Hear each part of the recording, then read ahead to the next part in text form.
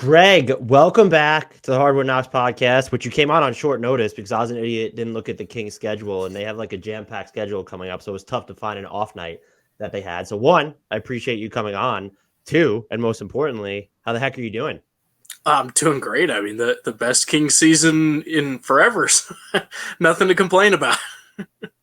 Yeah, they've been we both, and you were higher on them than I was, but we both hit the over. I don't know that there anyone that just predicted that they were going to be like this 50-win team contending for a top two spot in the West. And I think the twofold question here is, one, how surprised are you looking back to where you were leading into the preseason versus like how long did it take you to just accept like, okay, this is happening and this is for real and it's not going to be ripped away from me or us? I still haven't fully accepted that. I'm still scared like all the time right now. I mean, like a 16-year playoff drought will make you believe that any sort of collapse is still possible.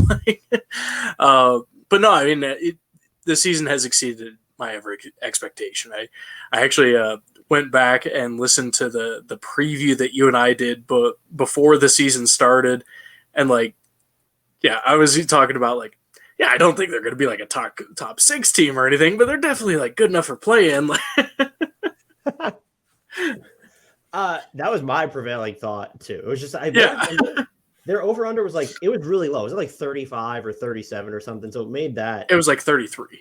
Oh, it was even lower than that. And so it made it really easy to pick. Mm-hmm. Knowing all the iterations of this team that you've lived through, and now like you're watching this season, it's not just the winning, but it's the Mike Brown press conferences, the Keegan Murray chants, the light, the beam, of course, and then just the experience I imagine on King's Twitter, like following a bunch of you guys. Like I can see how happy and fun and how much levity there is. Like how entertaining, how much fun has it been to actually cover them this season, to root for them this season, just knowing all the shit that you've gone through over the past decade and a half. And I feel like that's not something that's necessarily everyone's talking about, wow, the Kings are good. But like the fan base really deserves this after all that they've had to just slog through for the past, 15 plus years. Yeah, it's been just a crazy season because, none of us really expected to get this good this fast. They also made just a huge leap. It wasn't like there was a like gradual stepping stone into being a good team. So, I mean, just the fact that they have been the 2 seed, or I think as we're recording this, I think right now they're 3rd. But, I mean, it's just incredible. Like that we're looking at hosting, not just breaking the playoff drought, but hosting the first round playoff series. It's insane. And like none of us really know what to do with ourselves. We're the dog that caught the car and now is like, all right, now what? Yeah, and I mean, there's just like there's actual separation, but we can talk about they could stay in 3rd, could they be in 2nd, and we can talk about the thin margins in the West, but like there's actual separation between them and like the middle class right now. And I know you're talking about a Suns team that didn't have Kevin Durant for most of the year and doesn't have them right now, but like they're just locked in to, unless there's like a collapse of epic proportions, they're 4 losses in front of 4th place. And so like there's actual separation there. It's also just like, they're the only team in the Western Conference with a winning away record right now. Mm-hmm. Denver's like, I think now below 500 after the loss to the Raptors, or at 500 or whatever. There's just so much that I could not have seen with this team. And it's, some people have pointed to, look at their record against winning opponents. Like look at everyone's record versus winning opponents this year. And they're beating the teams that they're supposed to. I did not see this level of success, like even kind of sort of coming this year. Like I didn't see it coming. No, definitely not. I mean, in my wildest dreams, I never could have predicted this season. It's funny just because, I mentioned going back and listening to that preview. It's like all the things that we talked about, like, this is what it would look like if it went well. Like all of those things worked. And it's just so rare that, you're looking at, okay, the plan for a successful season is X, Y, and Z happening. And then all of those things actually fall into place, because usually something goes wrong, something doesn't work out quite the way you expected it, and there just really hasn't been that. I mean, not to say they've had a perfect season. They've got flaws in the roster. They've got issues. The defense still isn't great, but I mean, for the most part, everything has gone to the best possible version of what Kings fans had hoped for this season. I went back and tried to like read about the genesis of Light the Beam and I know whose brainchild it was, and I know like how obsessed with it that Vivek Ranadiv was. But did we know that this was going to be a thing? Because we didn't talk about it on our preview. Did we know this was going to be a thing leading in to the actual season? The Kings didn't announce it until we were like a couple games into the season, which was really weird, just as far as the timing. But also, like the Kings started off with like an 0-4 like record, and then they're announcing this thing, and it was one of those things we've talked about this a lot on our Kings Herald Slack channel. Just that like there's all these things about the season that if this had gone poorly would have been just the biggest punchlines. Like the beam could have been the dumbest thing, but because it actually coincided with the Kings getting good, it's been such a fun thing that the city loves and has embraced and all of that. But yeah, it just kind of came out of nowhere like a couple games into the year, and suddenly they're shining this purple laser into the sky after every win. I don't even know if they announced it before they did it the first time. It felt like it just happened out of nowhere, and I was like, no, you clearly just missed something. No. But I didn't know it had started like after the season had began. I do think it helps, and this is probably an offshoot of winning too, but like the players seem to love it as well. Like it's not just this weird fan thing where like fans like certain nicknames and then the players don't necessarily like the players genuinely seem to love this when they get to push the button. Like it's just super cool. Mm-hmm. Yeah, the big fake button that doesn't actually do anything, but it's still a fun show and all that. And it's kind of like the teams kind of come up with different honors. So one person gets chosen to light the beam, and then after wins they give out like a defensive player of the game chain. It's this huge gaudy chain that's full of jewels and stuff. It's awesome. it looks like, and I can never remember his name, who used to wear it. He has on like dating show. Oh my God. It was like Flavor Flav. Yeah. That's what it reminds me of. I also am a very big fan of the Keegan Murray chant. Yes. I don't remember when the first time I hear it. My most memorable experience with it was seeing De'Aaron Fox do it one of the nights, like during the starting introductions, like really being into it. When did that whole thing start? Yeah, that was one of the things that snuck up on me too. I don't know exactly where the genesis of that was, but it's so much fun. Just he hits a big shot, and Scott Moak, the PA announcer, just goes Keegan, and then the whole arena just follows up with Murray. And I don't know how they came up with it, or kind of the call and response things are kind of hard to have happen organically, but it worked, and it's awesome. So. They have the best offense in the NBA. It's just a blur, drunk on dribble handoffs, just sustainably scorching hot shoot, because we are like 85% of the way through the season. It's sustainably hot shooting from just about anywhere. Is there any element, contributor, defining factor from it that stands out to you or surprises you? Like, not even just, okay, we know they're first in offensive in points scored per possession, but just like something about this offense that is really sticking with you from this season.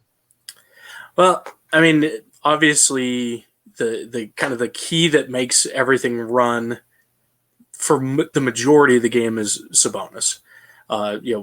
He's usually operating, kind of high post, or even beyond the arc, doing dribble handoffs, setting screens, and the space he gives shooters with his screens. He's very physical with them, and it really seems to piss off other teams. His passing. And then, if the defense sags off too much, he is able to, just take it and score on his own. So just that versatility with the offense running through him.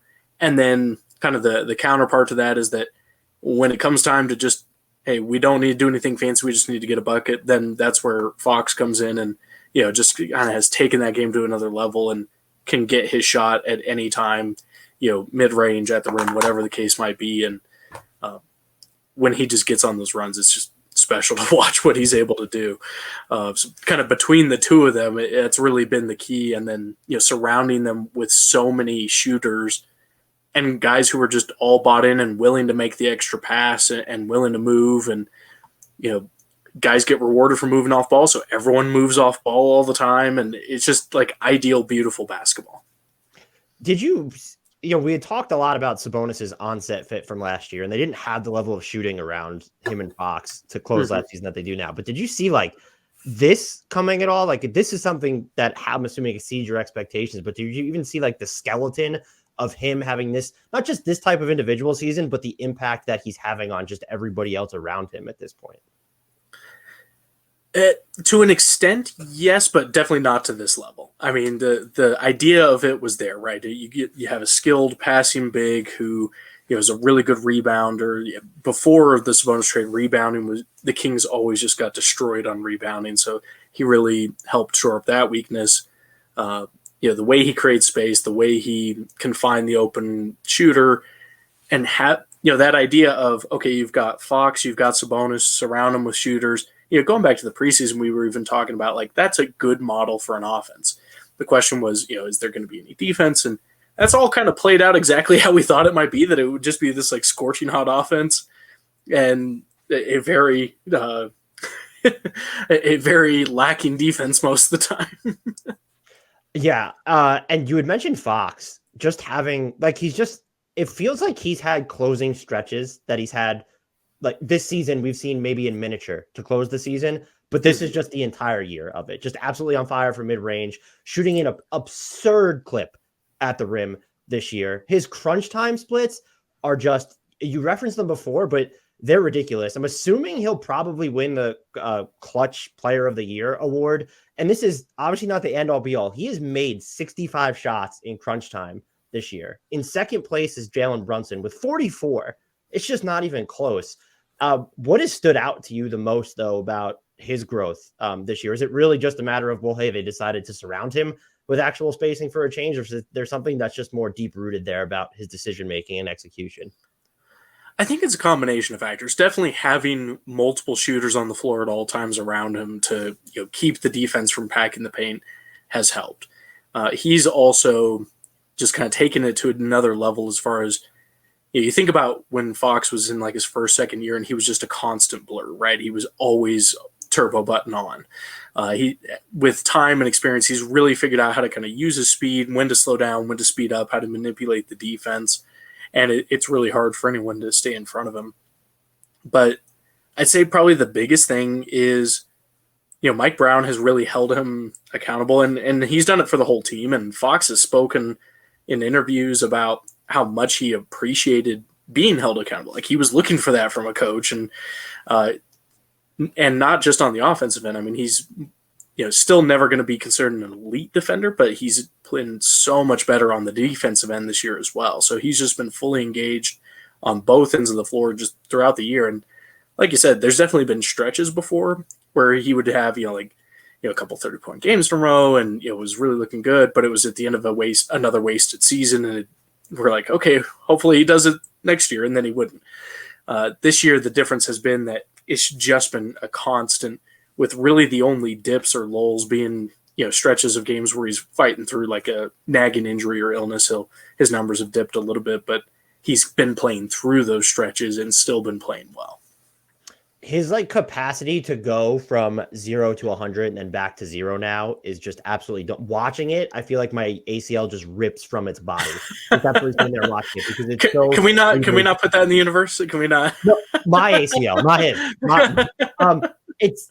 I've never seen him do it like it. Maybe just we've seen it, I'm sure, before in like maybe smaller doses, but I've never seen him do it like this before. And it just has the defenses on just like this perpetual tilt, and already on perpetual tilt because you have this other creator in Sabonis there, who, I mean, even just looking at their most recent loss to the Bucks, watching that game, you felt it, like the separation that like just Sabonis's shoulders that he can create around the basket when he said he's like it looks like it hurts. I would not have to want to guard Sabonis over the course of a playoff series. Yeah, and I mean, it's games like that that really make me feel like this is real. Because I mean, obviously the Bucks are an amazing team, and the Kings played them really close the majority of that game. The Bucks kind of put it away at the end, but they're one of the top like title contenders this year. So it's like, okay, that's okay if you lose that game. Like you put up a good show, you put up a good fight. Like, it's funny because we're kind of reevaluating expectations for the Kings to the point where now it's like, oh dang, now they've only gone like 8-2 since the All-Star break. And the thing, one of the knocks against the Kings, at least earlier on the season, was look at the Fox without Sabonis minutes weren't great.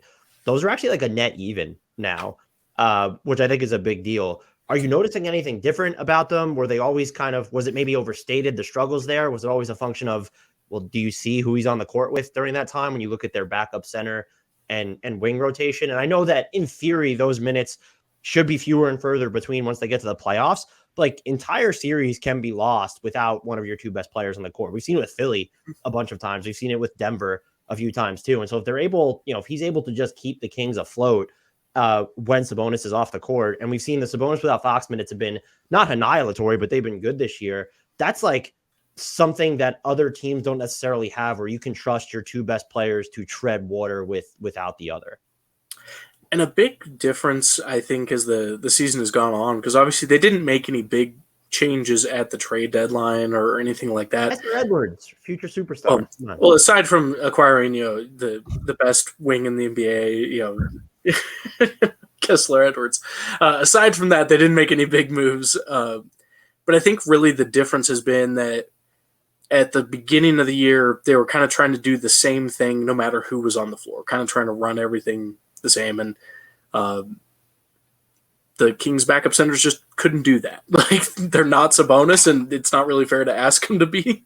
And now when Sabonis is off the floor, the Kings have kind of adjusted a little bit, and they go a little bit more small. Like, Temez Metu has kind of cemented himself normally as the main backup center at this point.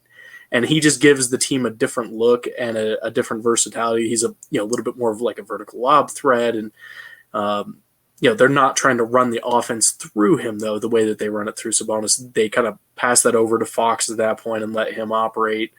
So where now really the worst minutes are the few and far between minutes where Fox and Sabonis are both out. Those are still really brutal, but that's kind of to be expected. But they've definitely adjusted as the year has gone along and kind of adjusted the offense for those bench units when Sabonis is out. And I'm wondering how much it helps that you can bench Sabonis, and in theory, you're just not super small after that, because you can go with Metu, Lyles, and Barnes. And Lyles has been like, I know he's had like some hot and cold streaks, but he's been a breath of fresh air for them. He's as well. Unsung hero. I'm not trying not to talk about it too much because I don't want other teams to notice, because he's a free agent this summer. But he's been phenomenal for the Kings off the bench. I mean, just another stretch big. He can hit threes. He can muscle down low. He's just one of those guys who will just get in there and do the hard work, and seems to always come up with the big play at the right moment. And he's been awesome. He's been a huge part of the bench. I mean, when the Kings win, it's a lot of times because they've gotten really good contributions from the bench minutes, and it's usually him, Monk. Those are the two most common bench guys that are really stepping up and having a good showing. Keegan Murray seemed a little bit overmatched recently defensively, but what are just your early or almost first full year impressions of him so far? The best thing for me about watching Keegan is it's nice for Kings fans for once to have a rookie who is really good but isn't expected to save everything. He just gets to be part of the team and the offense, and he's been a consistent contributor as a starter on a top 3 team in the West. Like, that's a fantastic thing for a rookie. We've also seen, as the year has progressed, Mike Brown has challenged him to do more kind of each step of the way. So start of the season, he was basically just there to space the floor and shoot threes. And then Mike Brown started challenging him like, hey, if you're not making threes, you got to be helping us some other way. Like, let's, step up the rebounding. Let's, and then after that, it was let's step up creating off the dribble. And he's showing more and more of his game. And I mean, some of it, I think that he is almost hesitant to like do too much. Like, he doesn't want to be the rookie who comes in and steps on toes or anything, because he's, kind of a bit more reserved personality. But his teammates are all, you see him out there like trying to hype him up and get him excited, trying to get him to show a facial expression, when he hits a big shot. But I've been very happy with his development. Like, defense, I think, is probably going to be the part that takes a little bit longer to figure out, just figuring out how to defend, elite NBA athletes. And part of the problem also is that the Kings don't have a lot of great wing defense options. So he often gets stuck on guys who he probably wouldn't be your first choice to be guarding him, but he's got the size. And so you're like, let's see what he can do. Go for it, kid. And some of it's going to be learning pains, but I think with time, he's going to be a fine defender. Yeah, I mean, I was looking before this, and he has basically had to spend a ton of time against the second highest and third highest usage players on the other team this year. That's a lot to ask of a rookie. I am, however, and I don't see it too much. Like, we see glimpses of it when he's going to, the handoffs with Sabonis, but I am sold on what his floor game will eventually be. I know a lot of people don't like to project forward for some of these older rookies, but I'm just there. I see it, and I'm like, this is so smooth. It's so fluid. This is someone who is infinitely scalable for his shooting and the way he moves off the ball. But I think there's going to be, and it could be on the iteration of this team, especially as like, you're looking at you have Fox and Sabonis will be around long term, but as you sort of move the pieces around them, there will be openings for him to probably do more offensively down the line. And I'm just sold on his ability to actually I don't think he's going to bring the ball up in these super slow half court sets and, run a bunch of pick and rolls, let's say, but as someone who can make quick fire decisions off the dribble or have plays really run for him, that feels like that's not even close to an unrealistic ceiling for him based off what we've seen at this point. No, and he definitely has shown flashes of that ability to create off the dribble or kind of break down a defender. And it's exciting to kind of see those glimpses and be like, okay, another year or two, this guy could be really something special to still be alongside Fox and Sabonis as more of a big three as opposed to a big two at that point. I'm not just saying this because you're on the podcast. I really do believe that Malik Monk deserves more Sixth Man of the Year consideration. And I'm actually surprised that he's not getting it. I would expect him to finish in the top three, especially if people factor in, some people like to factor in team winning from this. What has been your favorite part, most unexpected part of the Malik Monk experience? Is it just the downhill stuff, the passing? What is it? The creation has really been the most fun surprise because we've always known he can kind of score in bunches, but he has really developed a nice chemistry with Sabonis. Where they kind of work in pick and roll and will find each other, and so for some of those non-Fox minutes, a lot of times it ends up being Monk as kind of the primary creator if it's not going through Sabonis. I think probably the biggest reason we're not seeing more buzz for him as Sixth Man of the Year is just because he's been inconsistent. I mean, it's feast or famine with him. But for your scoring guard off the bench, that's not uncommon for a six-man type of guard, right? There's plenty of guys who've made really long careers out of being a guy who is either going to get you 30 points or two, on any given night. But I think the inconsistency has really been the biggest thing because, when he has his 4 points, it's just that peaks and valleys with him. I've never seen him pass quite like this, and there is every time I'm watching him, it feels like he's just making nice reads off of his drives. So I did look. He has an assist rate of 18.3% on drives. That ranks first in the league among 172 players, averaging at least 4 drives a game. And I kept bringing that total down. I started at 9, 7, 8, 6, 5, 4. So it went all the way. It's kind of cherry picked, but that's still, and he's averaging 9 drives per game. So he's driving a bunch. That is just not something that I've ever seen from him. That feels like an aspect of his game that has been consistent, is his ability to keep, defenses sort of in disarray when he's getting downhill. And just like you had mentioned, the connection with him and Sabonis, and it works both ways too. It's just been an absolute joy to watch develop this season. Yeah, he's averaging a career high in assists right now by a full assist over his previous best season and an assist and a half more than his career average. And for a guy who early in his career was being played as a point guard as opposed to a scoring guard, it's pretty crazy that he's setting these marks as far as career highs for assists now as a backup guard as opposed to a starter or anything like that. But yeah, his passing's been awesome. We went almost 25 minutes without talking specifically about the defense. I feel I don't know if that's good or bad. They're 25th in points allowed per possession, 27th since the trade deadline. But you do dig into it, and there are things that they actually do well. You've mentioned their rebounding already. They don't foul a ton. They've done a really good job of making offenses go deep into their shot clock. 20% of opponent shot attempts are coming with 7 seconds or fewer left on the clock. I think only the Heat have a larger share of their opponent shot attempts coming during that time.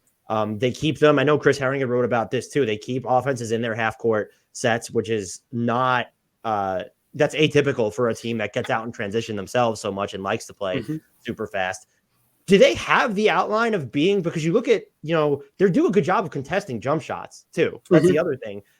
Teams have just shot really well from three against them at points, really, really, really well from mid range. Is there some sort of is there the crux of, this team, this core could be significantly better than bottom 5 in defensive efficiency? Or is that just where we need to just be prepared for them to settle into? I think this season, I don't think they're going to make a big movement as far as the defensive rankings at this point. Going forward, there's definitely potential. when you kind of dig into the stats, you kind of mentioned like they're very good at transition defense. They don't get scored on in transition a lot, despite how much transition they play themselves. In fourth quarters in particular, their defensive rating's actually a lot better. Like they do tend to lock in better when it comes down to the end of games. So the question is, are they just not capable of doing that for a full game? Is it, an effort, a focus thing? Like, I definitely think they, especially like in a playoff series, I'm interested to see how that would go because I'm still not expecting them to be elite lockdown defenders. But I think that in a higher stakes game, more on the line, I'm curious to see if the team as a whole can play a little bit better. But I mean, overall, the effort has been there. The biggest thing I see kind of night in and night out is that they really struggle to stop anyone from blowing past them and getting into the paint.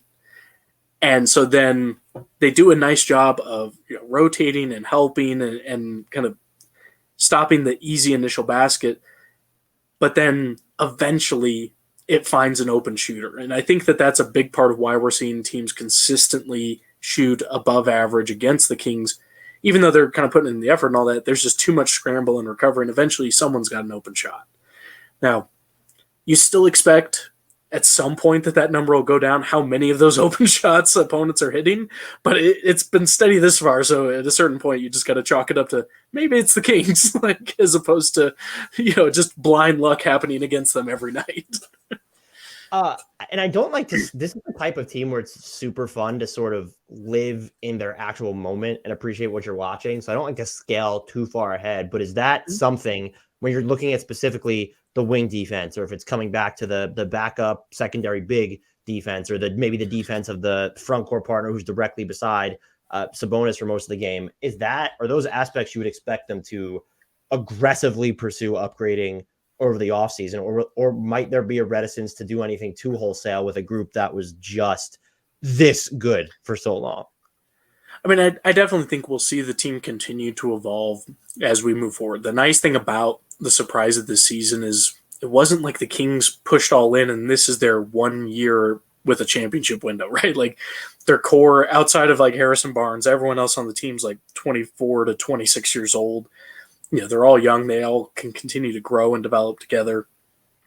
They also have, they've got the rights to Sasha Vezenkov, who is current EuroLeague MVP again, who they'll probably try to bring over this summer. They tried to get him last summer, but he stayed for another year. I wouldn't be surprised at all if they are able to bring him over next year. And really, I think the biggest thing that they could do is, and this goes back to something we talked about even in preseason, just find a good wing defender and then a backup center who can maybe protect the rim a little bit. Like those two things go a long way, especially in kind of critical moments. Like, it's kind of tough to figure out exactly what those moves look like or how you make it all work with the money and all that, right? But Monty McNair's done a good job of kind of identifying what he wants to find and what he needs to get, and then he doesn't go crazy or overpay for anything. He kind of sets his value, and if he doesn't get it, he doesn't get it. So I think they will try to improve those areas, but I also don't think they're going to suddenly push the chips all in and be like, we had a good year, now is our champion. Like they'll kind of take the opportunities where they're there. And the backup big stuff shouldn't be too hard to find. Every year there's like, Bismack being Right. signed for the minimum, and like he provides you rim protection. Yeah.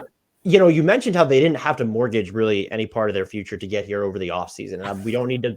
We've talked about the Halliburton trade, so we need to get into that. One mea culpa I do need to offer, though, is I was not super high on the Kevin Huerter trade. I kind of looked at it as like it was a 2024 pick and protected for so long. And since then, not only has Kevin Huerter just been on absolute fire, been great for this team, and not have the Kings been good enough to where like, okay, well, that's going to convey in 2024. The stuff that I have read and watched on the 2024 draft class makes me think that Sacramento absolutely stole Kevin Huerter from Atlanta at this point. So that's the mea culpa I have to offer. I can't remember how you felt about the trade in the moment, but I was not down on it, but I was indifferent to just sort of like, meh, why are you doing this? And that was just a complete miss on my end.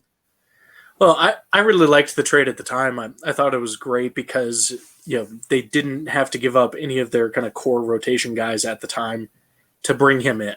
They got a starter for nothing immediate, right? And And really what that helped do was kind of push everyone else down the pecking order one slot to where they all kind of made a little bit more sense. Like suddenly Harrison Barnes is your fourth or fifth option instead of your third option on offense. Suddenly Malik Monk is your dynamite scorer off the bench instead of a core part of your starting unit, right? Like it just kind of has that trickle down effect where you add a good starter without giving up a core piece. Suddenly your depth is just so much better across the board. And when we talked in the preseason, I know one of your questions was, will they let Kevin Huerter kind of freestyle a little bit more as opposed to just being a guy who stands off to the outside the arc and shoots catch and shoot threes, like how Atlanta used him, and they have. They've given him a lot more freedom to work off the dribble. He'll get into the mid range. He and Sabonis have phenomenal chemistry as far as the dribble handoff game. So he's really been able to open up some elements of his game we didn't see or that I didn't know were going to necessarily be there. So I like the trade at the time, but I think it's an absolute win at this point. It's one of McNair's best moves, I think. Even as we record this with the Kings contending for a top 2 spot in the West, there very much seems to be a push among teams that are behind them where their fan bases are saying, well, if we can just get the 6 or the 7 seed and face the Kings. And is it fair to sort of dismiss the Kings like that at this point? Or what is it that people from other fan bases or the national media is still missing about this team? So I understand why people are still dismissive. I mean, the Kings have been a punching bag and a punchline for so long. I mean, I said at the start of this, right? Like, I'm still worried about this all falling apart, right? So I get why, when you've associated a team as being just the definition of a bad franchise for so long, I understand why it's hard to buy into it. But some of it, I think, is just the fact that people haven't seen it happen before. The Kings' best players haven't had a lot of opportunity to shine or prove anything in the playoffs. I mean, like, Fox has not been in the playoffs. If he does what he's done throughout the season, with kind of the clutch time scoring and getting in the paint in a playoff series with a national audience, that mindset can begin to shift. I was kind of looking at where the Kings ended up. Last season they finished with 30 wins. They were like a couple games better than the Blazers. If the Blazers were having the season, no one would want to mess with them as a 2 or 3 seed because we've all seen Lillard do it time and time again. So there's some of that. You have to go and actually prove that you can do it in the playoffs, and I get that. I think that's really the kind of the big question mark is just, people weren't expecting this, especially not to this degree. I think a lot of people were really entrenched in their takes on the Sabonis trade and have had a hard time coming around on that. And then part of it also just, the Kings aren't on TV. They've had 2 TNT games, 0 ESPN games. Like, they aren't getting put on broadcast, because they're the Kings, right? So, I also understand for people who aren't like league pass junkies that you may not have seen what's going on. Like, you see the standings, but it's harder to believe if you haven't seen it on a consistent basis. I am team, if I'm a lower seed and need to want an upper seed in the early rounds, I think Memphis, this just predates all the Ja Morant business, is like the biggest fraud in the league as a contender. That they looked at themselves, saw their biggest problems and said, we're going to fucking trade for Luke Kennard. And that's what we're going to do with our big move at the deadline. So who is an actual good fit, but doesn't address their biggest area of void. So I am team. I probably, if you're asking me whether I'd face the Nuggets or the Kings, like, yes, I'm going to pick the Kings a lower seed, but I think Memphis is by far the team that you would want to pull. I'm giving you the option though. And we're talking Kings playoff basketball right now because it's happening. Like that is going to happen. We can't change that. I'm giving you the power to pick the Kings first round opponent. Who would you, if you could have the ideal matchup for them, who do you think it is in the first round? Man, it's tough. Because kind of going back to that whole like institutional memory thing, right? Like, I just think of all these teams as being better than where they're at right now. Like, I think if I had to pick one though, right now, and I mean right now they would have a hard path to be matched up against the Kings, but I'd probably go with like the Mavericks. Speaking of frauds, please continue. I mean, just.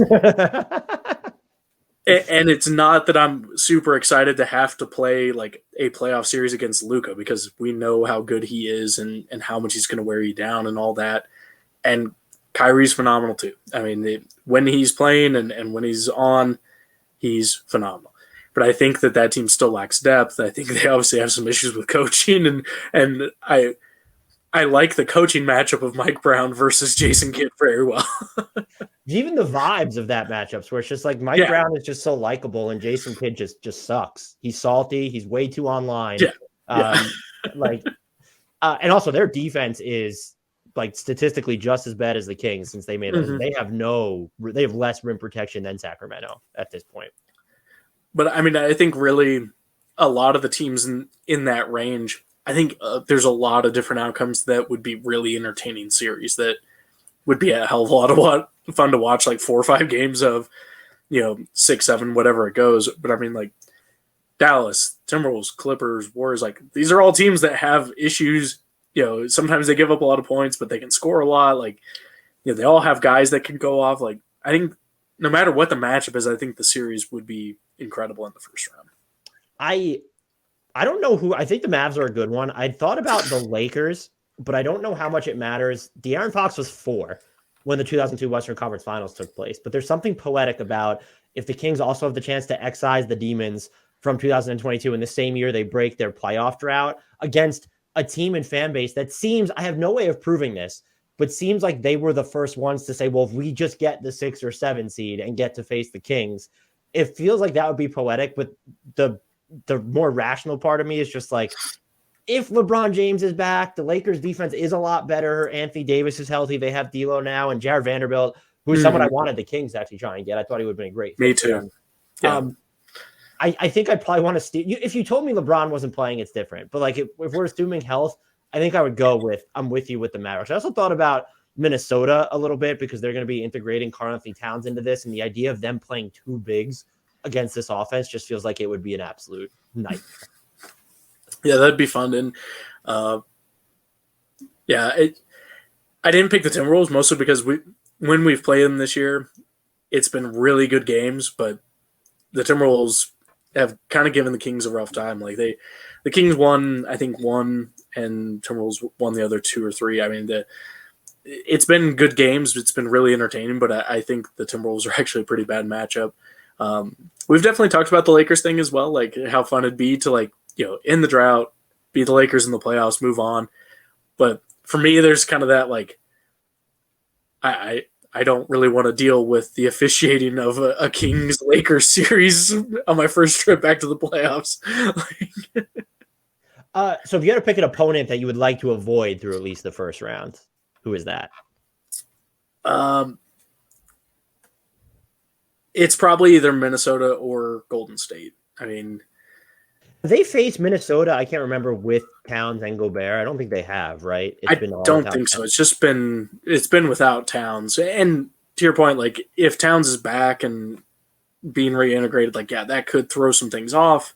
And definitely that kind of Twin Towers matchup would be interesting to kind of see which team adjusts or kind of how they would both handle that. It would be Minnesota. They'd be like, Kyle Anderson's a god. We're gonna go 1 big with Kyle Anderson. I would guess it would be them, but yeah. But it's still, I don't know. It just kind of gut instinct. I think that the Timberwolves are better than their record, better than their standing.